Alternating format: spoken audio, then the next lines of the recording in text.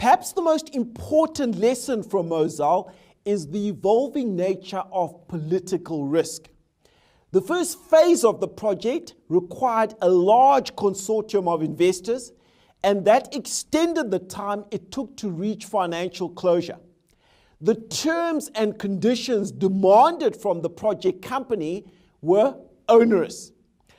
By the time the second phase of the project was executed, the perception of political risk in Mozambique had changed dramatically and positively.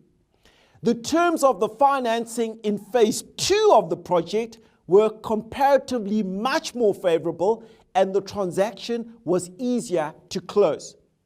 So the financial arrangements for Mozal differed significantly from similar arrangements in developed markets. This occurrence gives a bit of a hint as to how capital structure formulation takes place in sub-Saharan Africa, and how that is very, very different to how it happens in Europe and in North American markets. The second lesson is that in countries like Mozambique, the investment case may need to be looked at holistically. And it needs to include not just the envisaged operational plant, but also the enabling logistical infrastructure, including roads, including harbors and ports.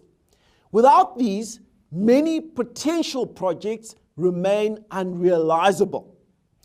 Whilst the project developers actively engaged with the Mozambican and the South African governments in the project execution, they managed to strike a correct balance, and that limited the government's direct participation in the project.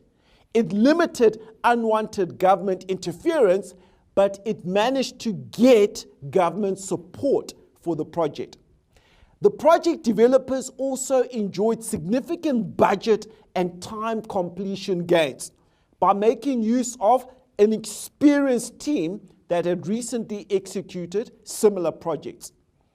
Corporate and institutional memory, human resources, and intellectual property may be a factor contributing to the success and failure of projects, and this is not given sufficient regard.